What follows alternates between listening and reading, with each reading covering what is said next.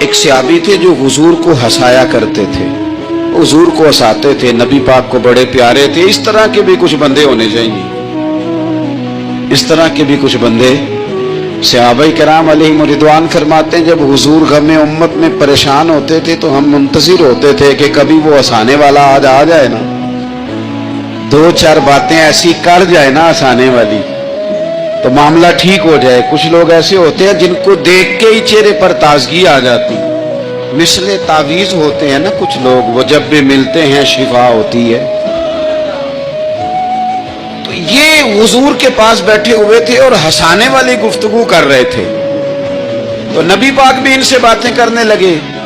تو بات کرتے کرتے نا حضور نے انگلی ان کی طرف بڑھائی تو ان کے وجود کو انگلی لگ گئی۔ ایک تو وہ روایت ہے نا کہ صفیں سیدھی کراتے وقت حضور تیر کے ساتھ صفیں سیدھی کرا رہے تھے تو ایک صحابی کے پیٹ پہ لگ گیا، انگلی لگ گئی۔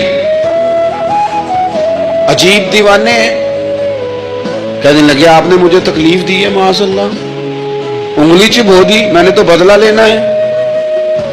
ہمارے ہاں مسئلہ یہ بن گیا ہے کہ کوئی بڑا آدمی بھی اپنے آپ کو قانون کے حوالے نہیں کرتا۔ ملک سے لے کر امت مسلمہ کے کل مسائل تک ہمارے ملک کے اندر ہر بندہ اس کا مزاج ہوتا ہے کہ وہ اپنے آپ کو قانون سے بالا تر سمجھتا ہے۔ لائن میں لگنا لوگ پسند نہیں کرتے۔ یہ ایک بہت بڑا مسئلہ ہے۔ حضور صلی اللہ علیہ وسلم کی انگلی لگ گئی تو کہنے لگے آپ نے تو مجھے تکلیف دی ہے، میں تو بدلہ لوں گا۔ تو حضور نے فرمایا لے لے بدلہ۔